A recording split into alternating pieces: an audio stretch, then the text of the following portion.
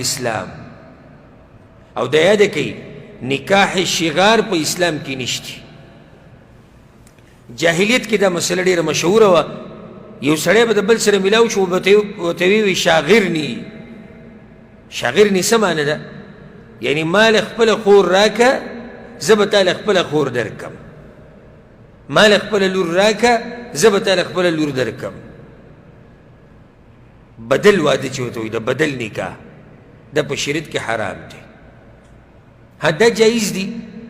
یو سړی دی، یو کس لی خپل لور ورکړه، څه وخت بعد اراده وکړه چې یاره شاید نه به هم لور وغواړم، بیا لاړ وروسته د هغه نه هم لور وغوښته. دا مسله موږ بیان کړې وه نږدې وخت کې، سوالاتو جواباتو کې دا راغلی و.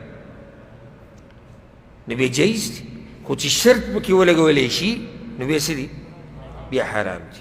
که مهر پکې او که نه، ځکه چې کله داسې وکړي وایي زه به تاله خپله خور درکم او ته به ماله خپله خور راکړې او مهر به پکې نه ایږدو، دا هم حرام دی.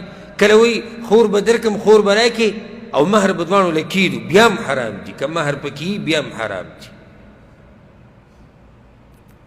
بیا پیغمبر صلی الله علیه وسلم چې کله دا تقریر کوي، یو سړی پاڅېدو د یمنو او هغه ته ویل کېږي ابو شاه.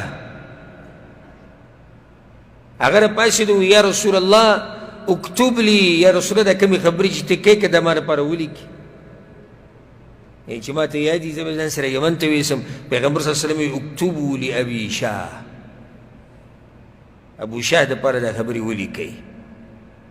په دې کې رد دی په منکرین حدیثو باندې. دا حدیثونه خو وروسته لیکلی شوي دي او دا څنګه تاسو بیا په دې باندې یقین ساتئ؟